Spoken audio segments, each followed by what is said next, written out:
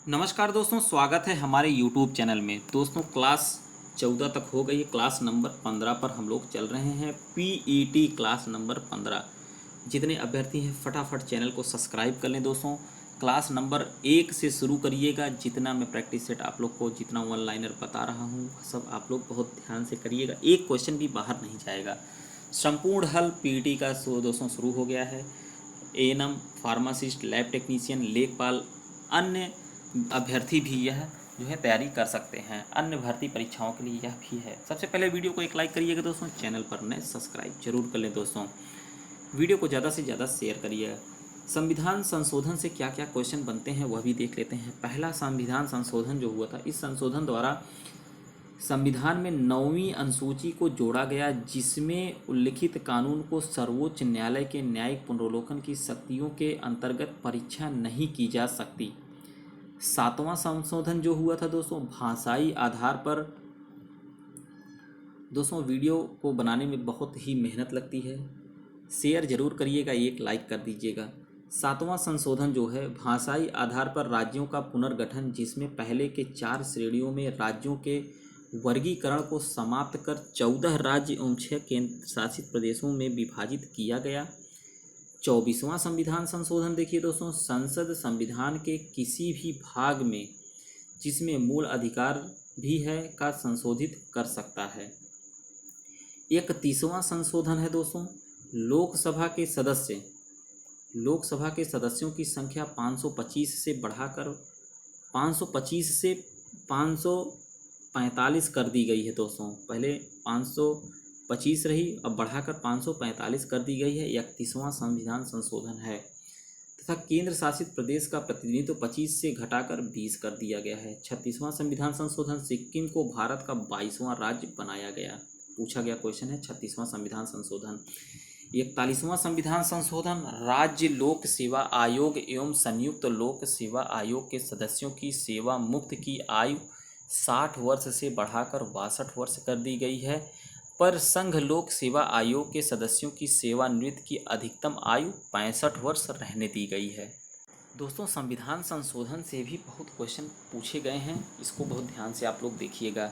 42वां संविधान संशोधन, संविधान की प्रस्तावना में समाजवादी, धर्मनिरपेक्ष एवं अखंडता शब्द जोड़े गए हैं। मूल कर्तव्यों को जोड़ा गया है। भाग 4 का में राष्ट्रपति को कैबिनेट की सलाह के लिए बाध्यता है। 44वां संविधान संशोधन, राष्ट्रीय आपात स्थिति लागू करने हेतु आंतरिक अशांति के स्थान पर सशस्त्र का आधार रखा गया है। संपत्ति के अधिकार को मौलिक अधिकार के भाग से हटाकर विधिक अधिकार की श्रेणी में रखा गया है, मतलब कानूनी अधिकार की श्रेणी में रखा गया है। 52वां संविधान संशोधन, इस संशोधन के द्वारा राजनीतिक दल बदल पर अंकुश लगने का लक्ष्य रखा गया है।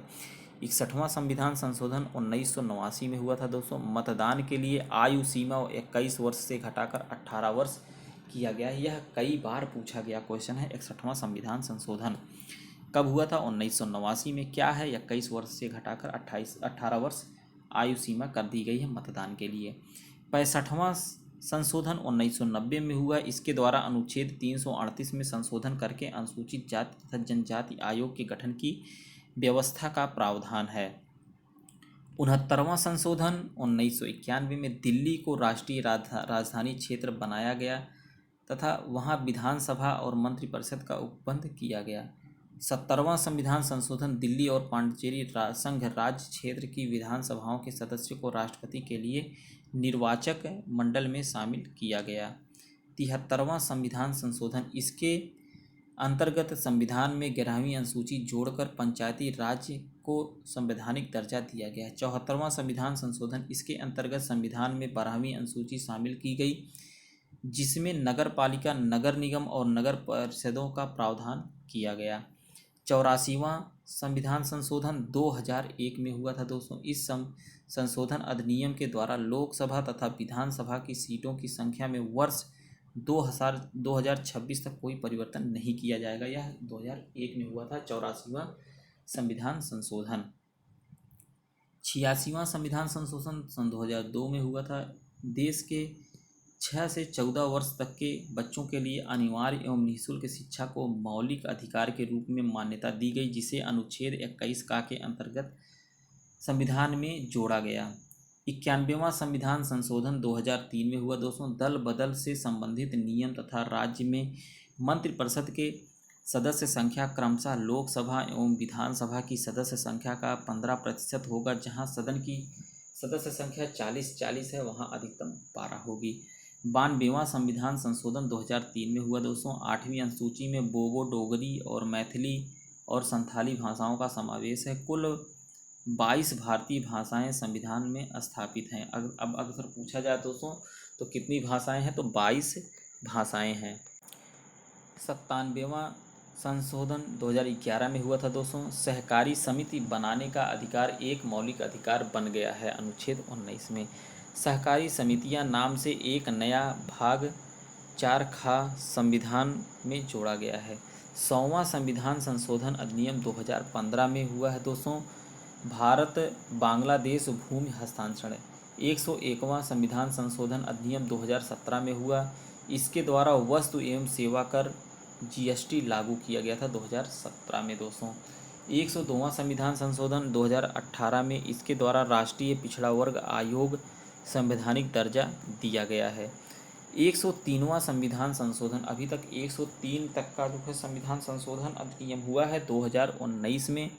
सामान्य वर्ग के गरीबों को आर्थिक रूप से 10% आरक्षण की व्यवस्था की गई है, जो EWS वाले हैं। दोस्तों, तो यह लास्ट संविधान संशोधन 2019 में हुआ था, 103वां है। अब राजभाषा से क्या क्या क्वेश्चन बनते हैं वह देख लेते हैं। अनुच्छेद 343 में संघ की राजभाषा का वर्णन है। भारतीय संविधान की 8वीं अनुसूची में मान्य राजकीय भाषाओं की संख्या कितनी है, 22 है, पूछा गया क्वेश्चन है। उत्तराखंड राज्य ने जनवरी 2010 में संस्कृत भाषा को राज्य की द्वितीय राजभाषा का दर्जा प्रदान किया है। उर्दू उत्तर प्रदेश राज्य की दूसरी राजभाषा है। नागालैंड की राजभाषा अंग्रेजी है। पंचायत तथा स्थानीय स्वशासन से क्या क्वेश्चन बनते हैं वह भी देख लिया जाता है। भारतीय संविधान के भाग 9 में पंचायतों से संबंधित प्रावधान है। सामुदायिक विकास कार्यक्रम 2 अक्टूबर 1952 को प्रारंभ किया गया था। राष्ट्रीय प्रसार सेवा कार्यक्रम 2 अक्टूबर 1953 को प्रारंभ किया गया। भारत में स्थानीय स्वशासन का जनक वायसराय लॉर्ड रिपन को माना जाता है। पंचायती राज राज्य सरकार का विषय है। संविधान के अनुच्छेद 40 में राज्यों को पंचायतों के गठन का निर्देश दिया गया है। पंचायतों के लिए बलवंत राय मेहता समिति का गठन 1957 में किया गया था। बलवंत राय मेहता समिति ने 3 स्तरीय पंचायती व्यवस्था गठित करने की सिफारिश की है। पंचायती राज व्यवस्था सर्वप्रथम राजस्थान के नागौर जिले में प्रारंभ की गई थी। नागौर में पंचायती राज व्यवस्था का उद्घाटन 2 अक्टूबर 1959 को किया गया था। राजस्थान के बाद आंध्र प्रदेश ने अपने यहाँ पंचायती राज व्यवस्था लागू की। पंचायतों के लिए अशोक मेहता समिति का गठन 1977 में किया गया। अशोक मेहता समिति ने द्विस्तरीय पंचायत व्यवस्था की सिफारिश की थी। GVK राव समिति 1985 ने 4 स्तरीय पंचायत व्यवस्था की सिफारिश की थी। वर्ष 1986 में LM सिंघवी समिति ने सर्वप्रथम पंचायती राज्य संस्थाओं का संवैधानिक स्थिति प्रदान करने की सिफारिश की थी।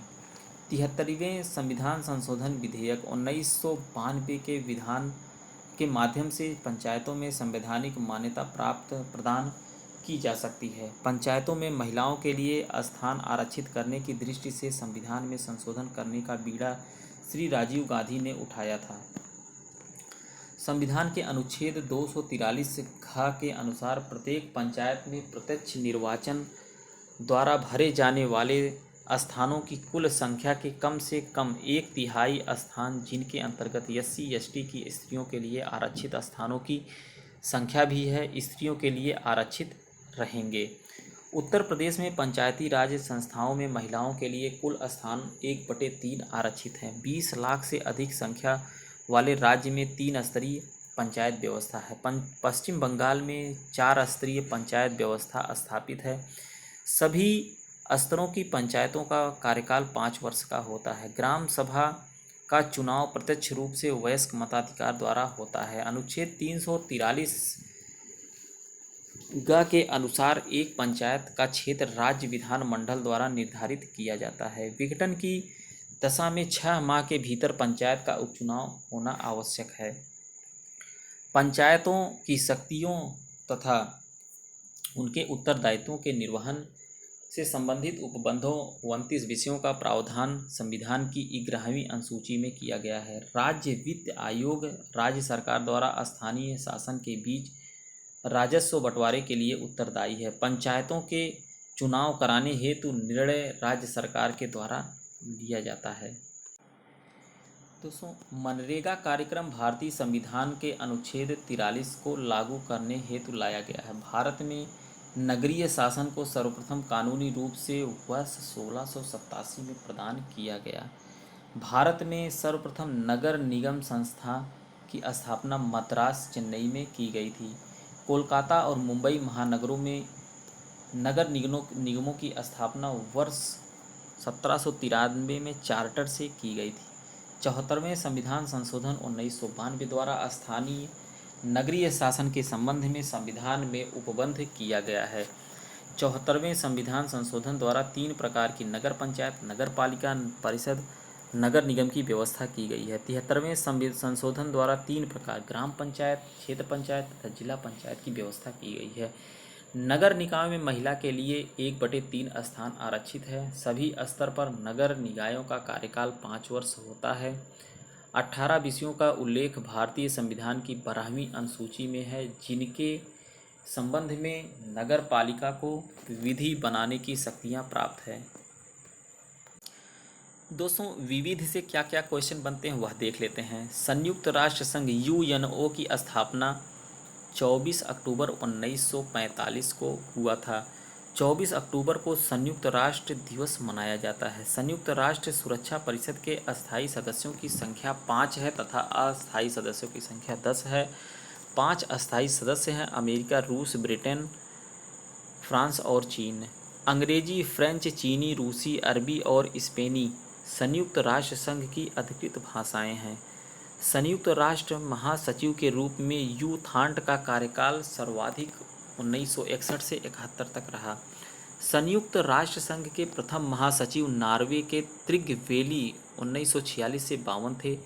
चतुर्थ संपदा फोर्थ स्टेट समाचार पत्र को निर्दिष्ट करती है। लोकप्रिय प्रभुसत्ता का समर्थन रूसों ने किया था। फ्रांस की क्रांति का प्रसिद्ध नारा स्वतंत्रता, समानता और भ्रातृत्व था।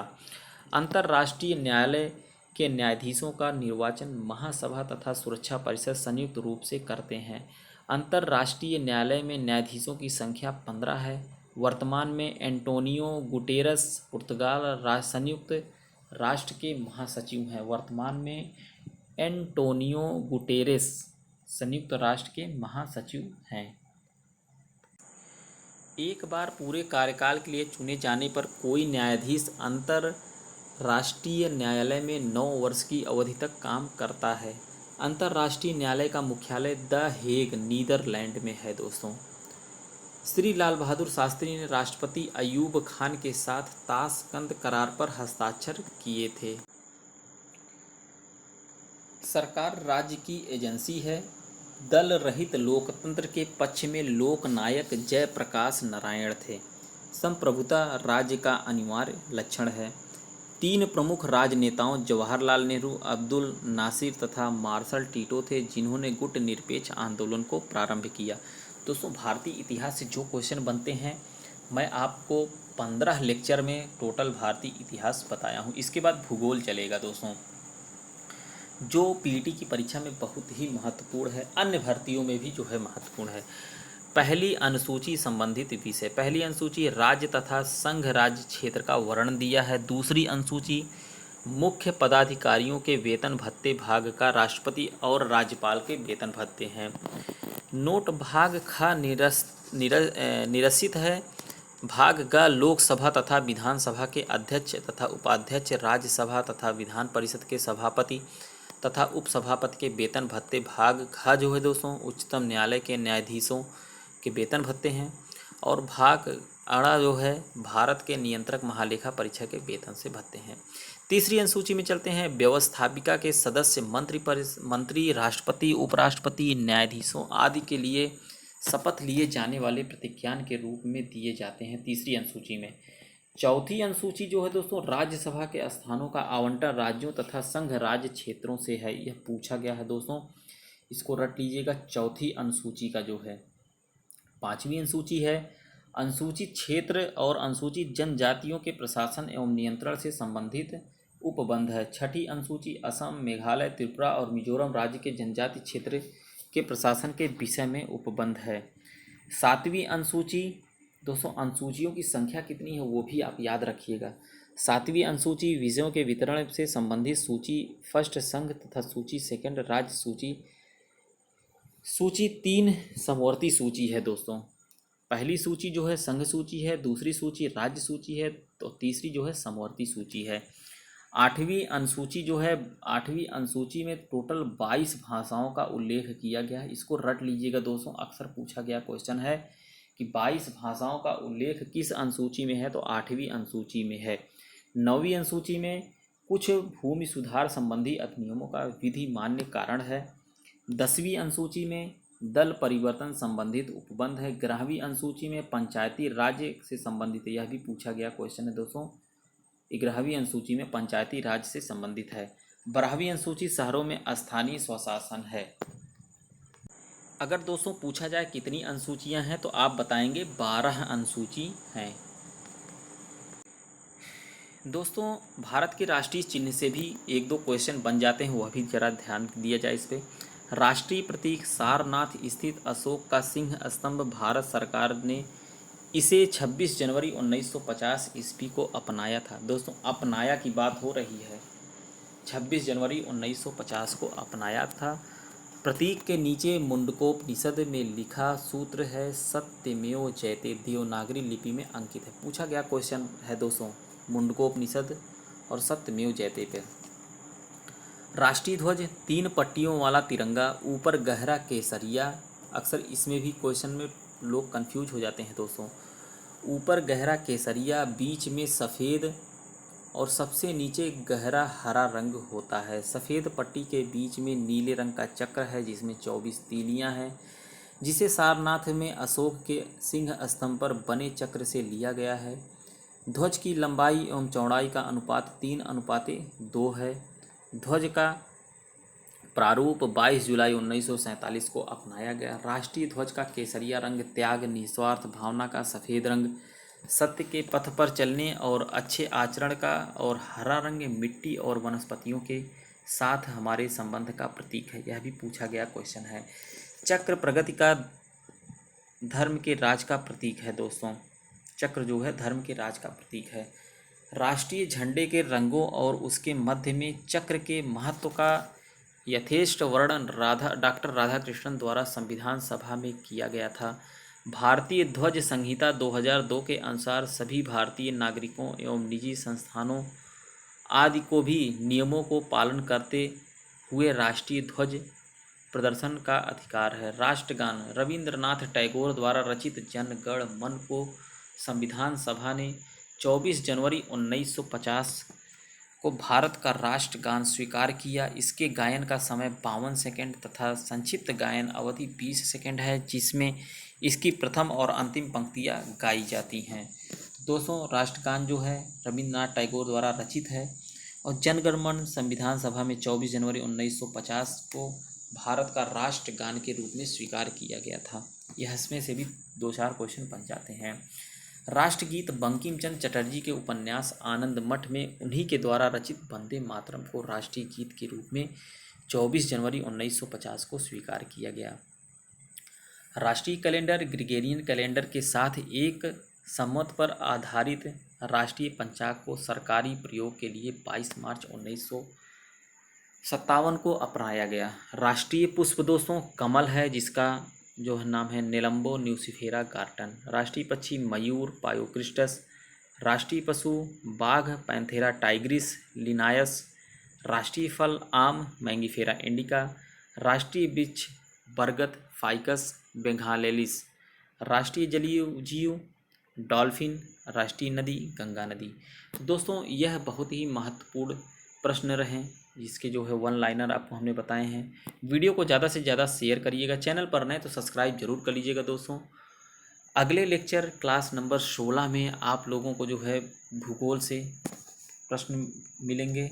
भारत का भूगोल दोस्तों, इससे क्वेश्चन क्या क्या बनते हैं यह आप लोग को बताया जाएगा क्लास नंबर 16 में। तो वीडियो को अंत तक देखने के लिए बहुत बहुत धन्यवाद। क्लास को दोस्तों शेयर कर जरूर कर दीजिएगा। मिलते हैं नेक्स्ट वीडियो में।